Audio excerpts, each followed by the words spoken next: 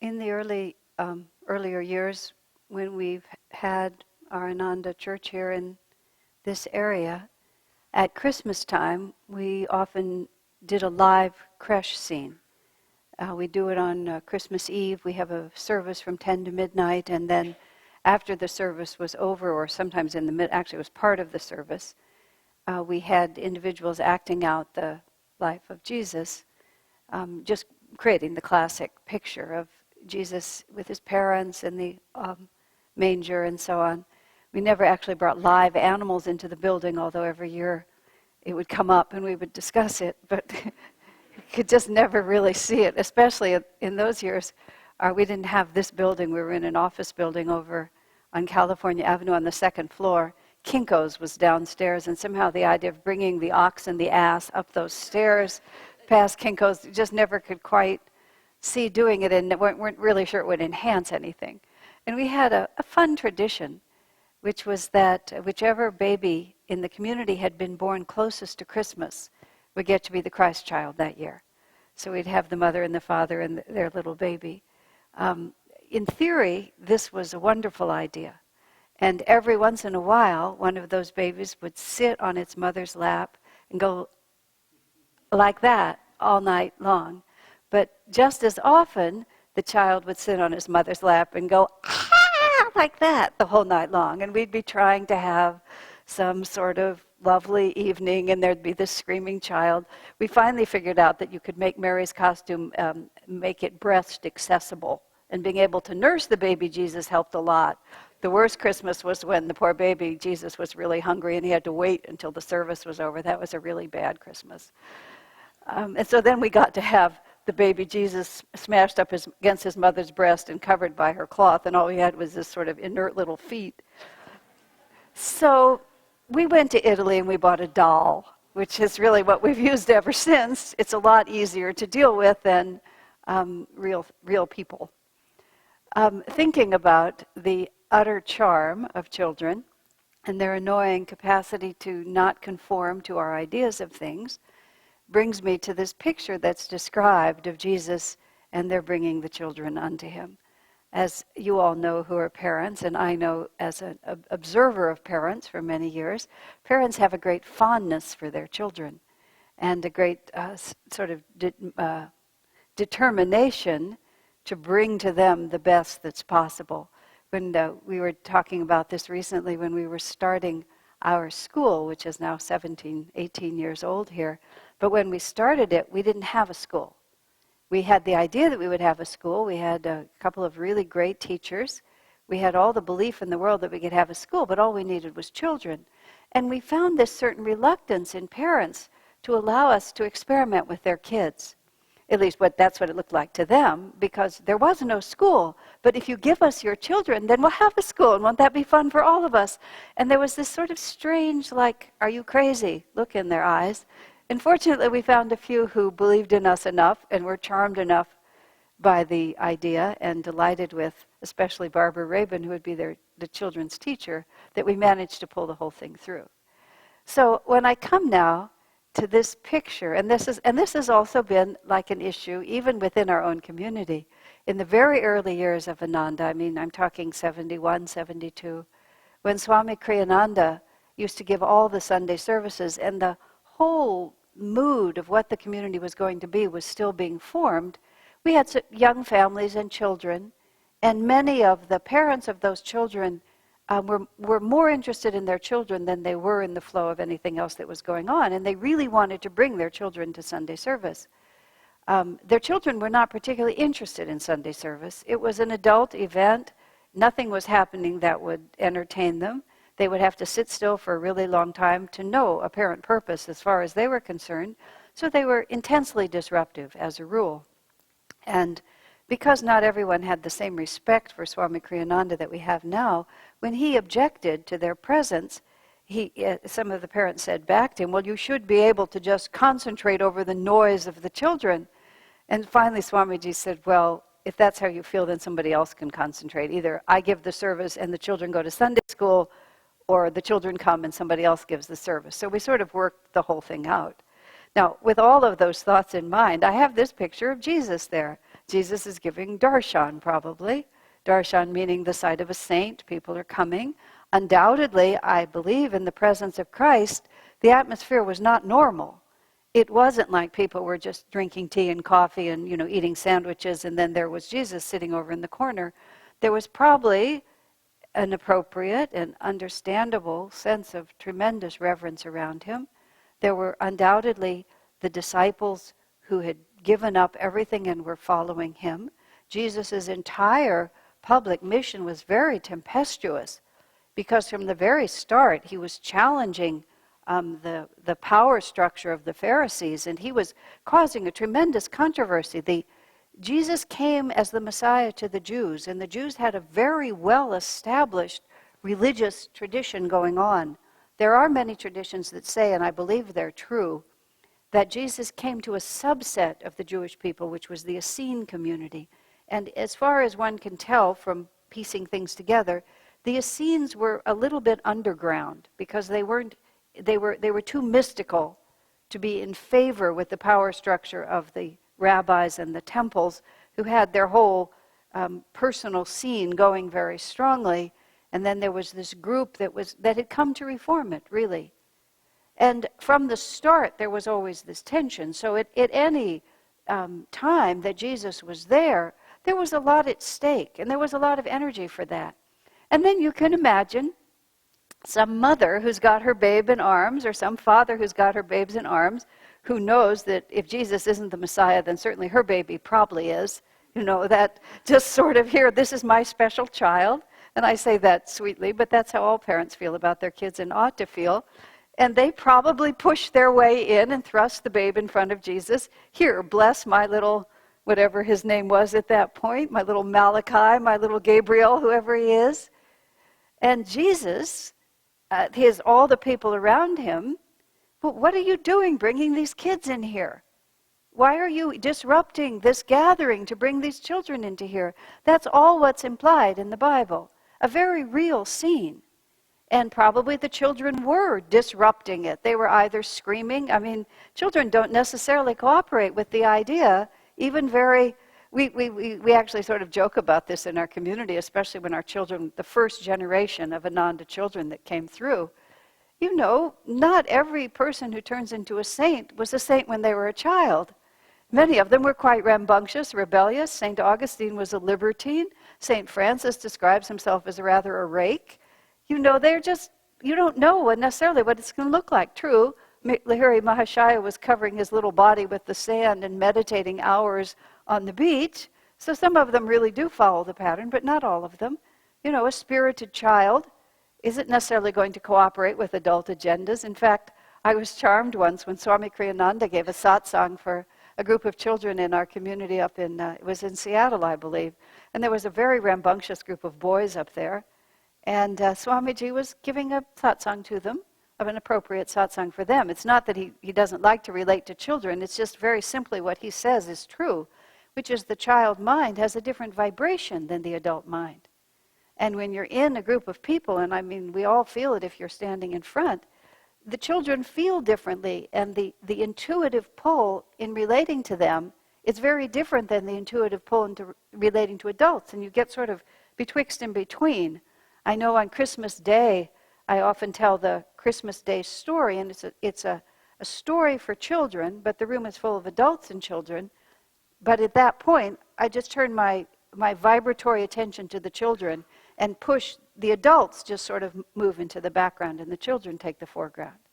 But in a mixed room, it's a little bit tricky. It's not just a question of entertaining them, it's that they're asking for different things. So Swamiji giving this satsang to these group of little boys, at the end of the satsang, he sort of looked at them very sweetly and he said, "Be good, but not too good." Meaning have a little spirit. And in fact, in his advice for children, that's exactly how he puts it. Be good, but not too good. In other words, don't always be thinking of pleasing others. Don't always be thinking of not rocking the boat. Be yourselves. And who they are is often a little bit more than that. Swamiji himself was talking about his childhood. When he lived in Romania, he said there were 2 cherry trees in his backyard. One of them was a yellow cherry tree and one was a red cherry tree. And when that fruit would come to to ripening, he would climb up into the top of the tree, and I think he said he would alternate one day to the next, and he would just eat cherries until he was literally sick, and then he would come down. And then the next day he would go up to the other tree and he would just eat cherries until he was sick, just day after day. Not exactly a sensible adult thing to do, but that was his spirit. He was going to be good, but not that good. Okay, now, then in this reality with these children being themselves as they must have been, because if the children hadn't been misbehaving, I dare say the disciples wouldn't have said, don't bring them in here. I'm extrapolating, but you can imagine it.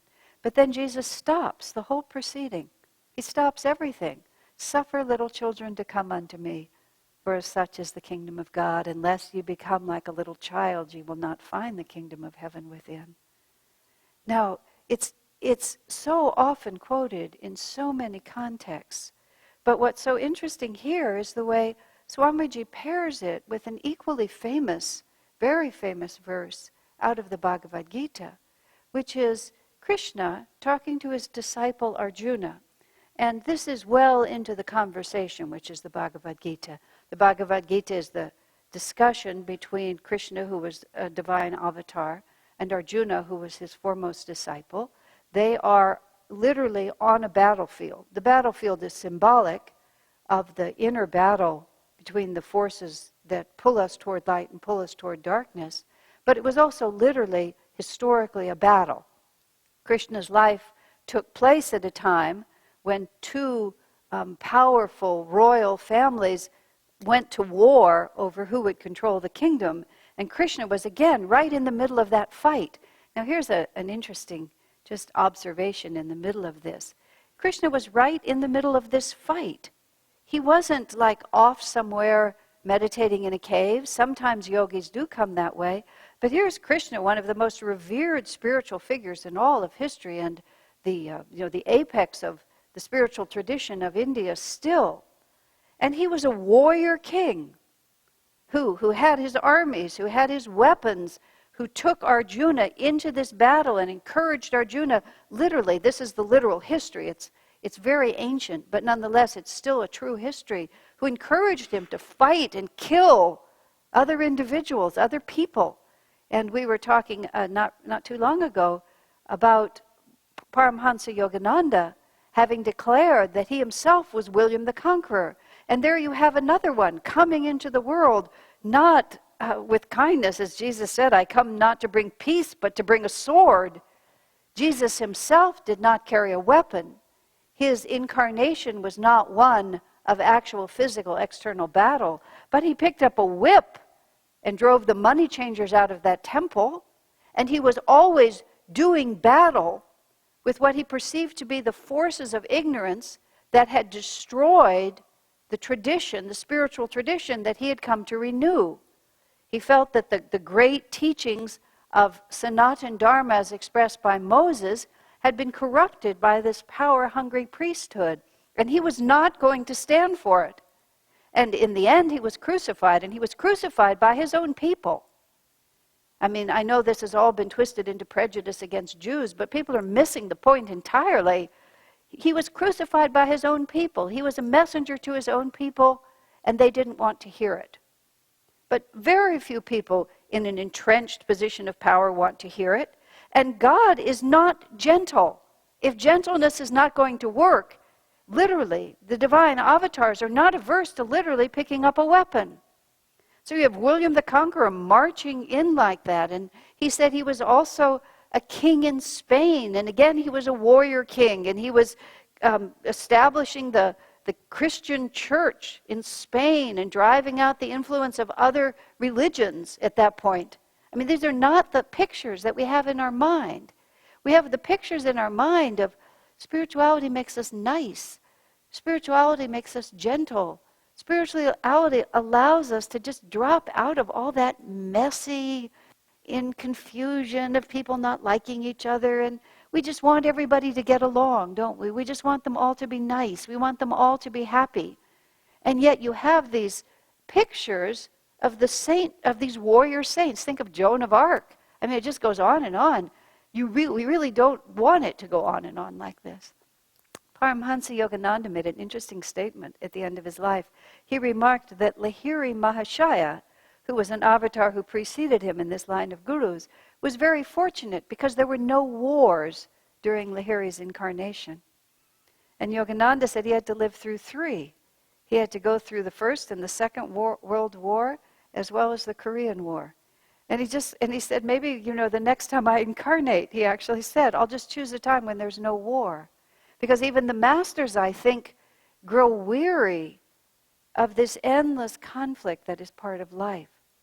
Now, in a strange way, and I'm going back to the Bible without finishing the Gita here for a moment, we have this strange contradiction. Lest you become like lest you become like a little child, you won't get into the kingdom of heaven. And the idea in our mind somehow is that we get to retreat from all these very difficult conditions and situations and just sort of go into that childlike world. But you see, the difficulty with children, even though they're marvelously inspiring and extremely instructive in many ways, is they don't have the capacity to behave appropriately even when it's needed. That their abilities, although, as Swamiji is fond of pointing out, to a very large extent children play at being children. They get to be children, so they are children. He said it's so astonishing in a heartbreaking way to see how if a child's life, if the normal security of a child's life is interrupted, how quickly they'll become an adult. How even very little children can become parents to their smaller siblings if that's required of them, if the freedom to be a child is taken away from them by circumstances. But otherwise, they play at that. They don't have the capacity to be appropriate. They don't know that they're disrupting. They don't know how to relate to realities other than their own. In Swamiji's Education for Life philosophy upon which our school is based, he describes education. The purpose of education is to bring individuals to true maturity. And true maturity isn't just the body aging.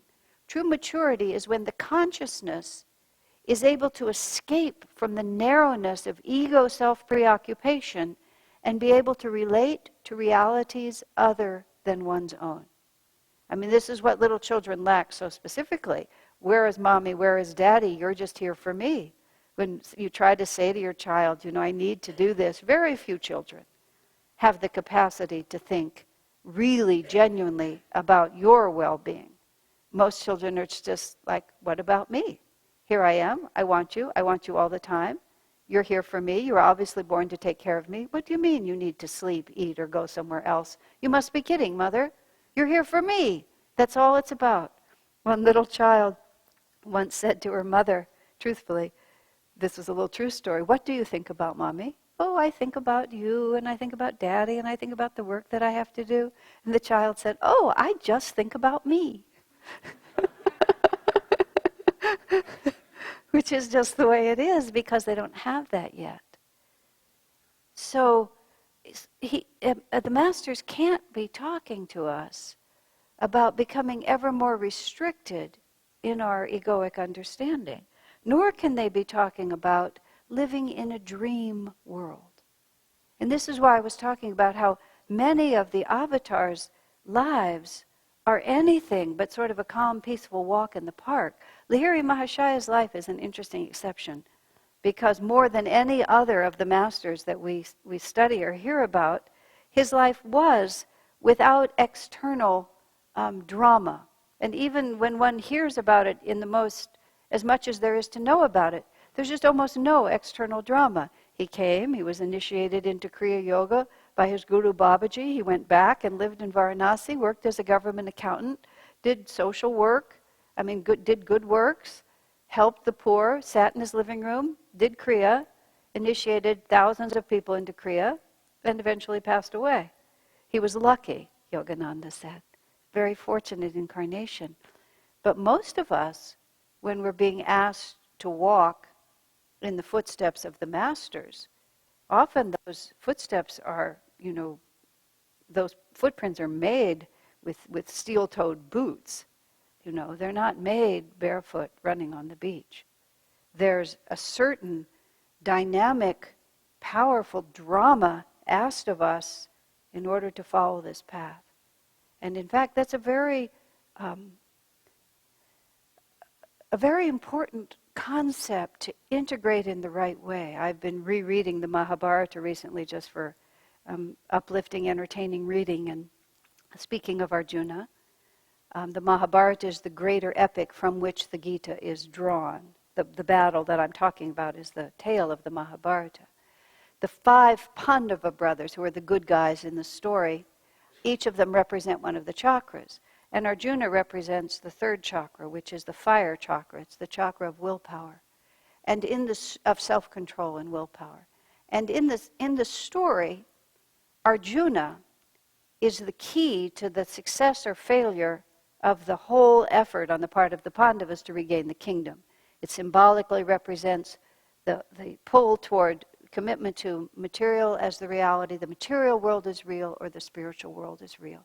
And everything depends on Arjuna. Everything depends on self-control and fiery self-control, because this is the fire chakra, and willpower. Because if Arjuna won't fight, which is where the Bhagavad Gita starts, gee, Krishna, I've thought about this again.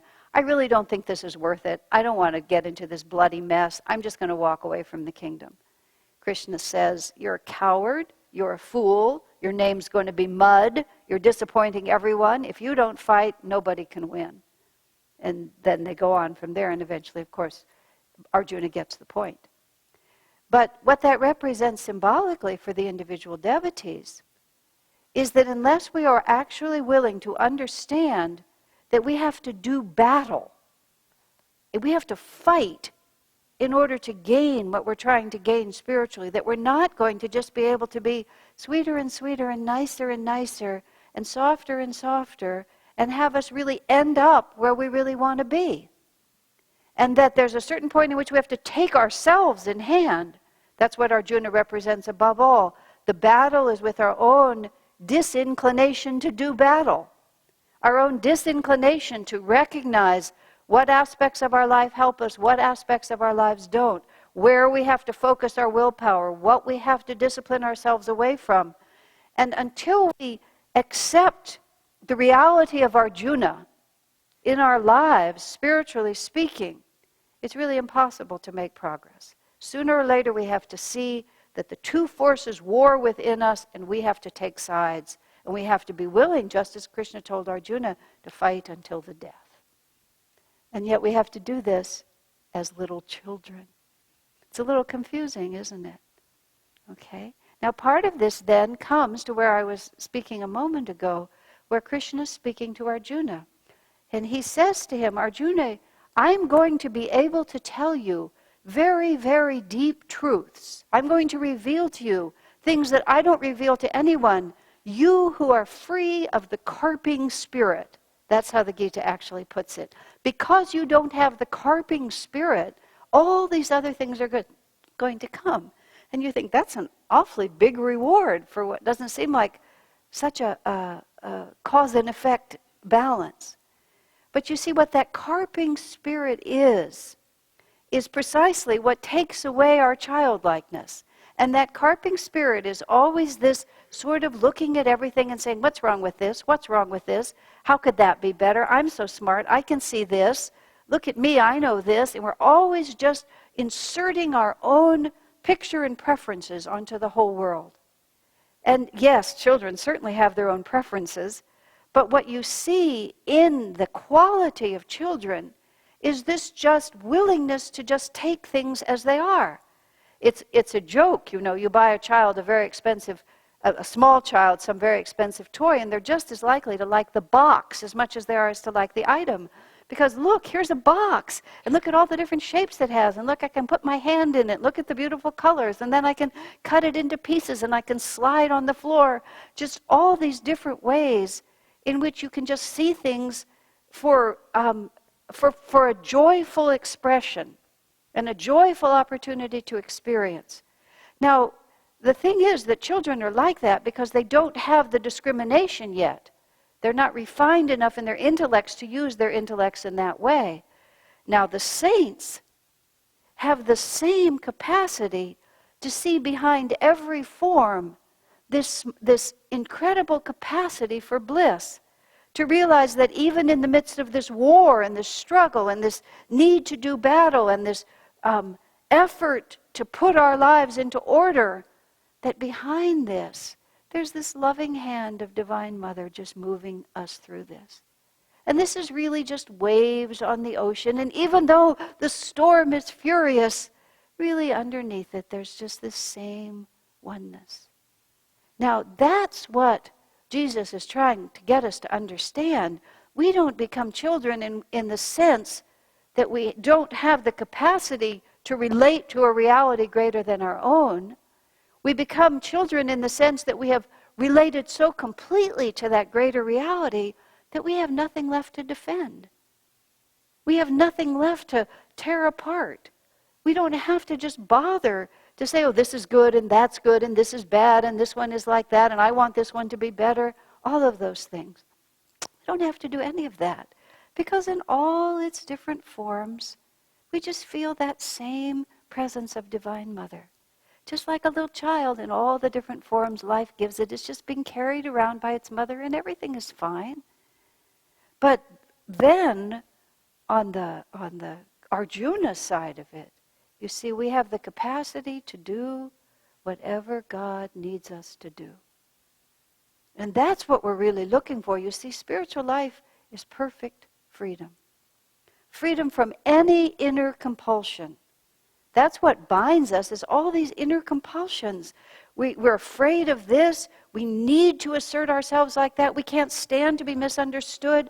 I was meditating yesterday and just contemplating a complexity in my life, a complex relationship that just doesn't resolve itself.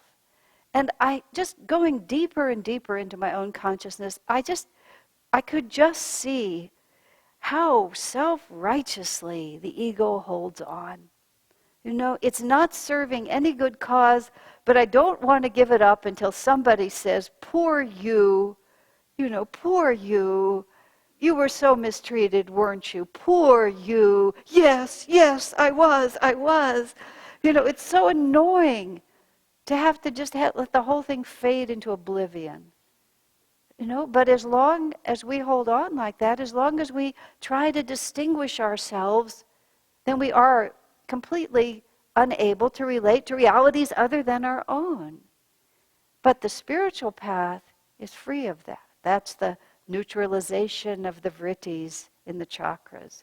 The practice of Kriya that just takes all those whirlpools of karmic memory. Oh, this time, think how many lives do not resolve before death comes. Imagine it. How many times somebody walks up and shoots you, and they shoot you because they're furious at you, and maybe you're even innocent, but now you're dead. The sense inside of you of how you've been mistreated, what are you going to do with that? What we do with that is we make a vritti in our spine, and we're born with this sort of sense of, I'm not going to let anybody get the better of me. And then, whoa, when you meet that shooter, that's a moment to remember.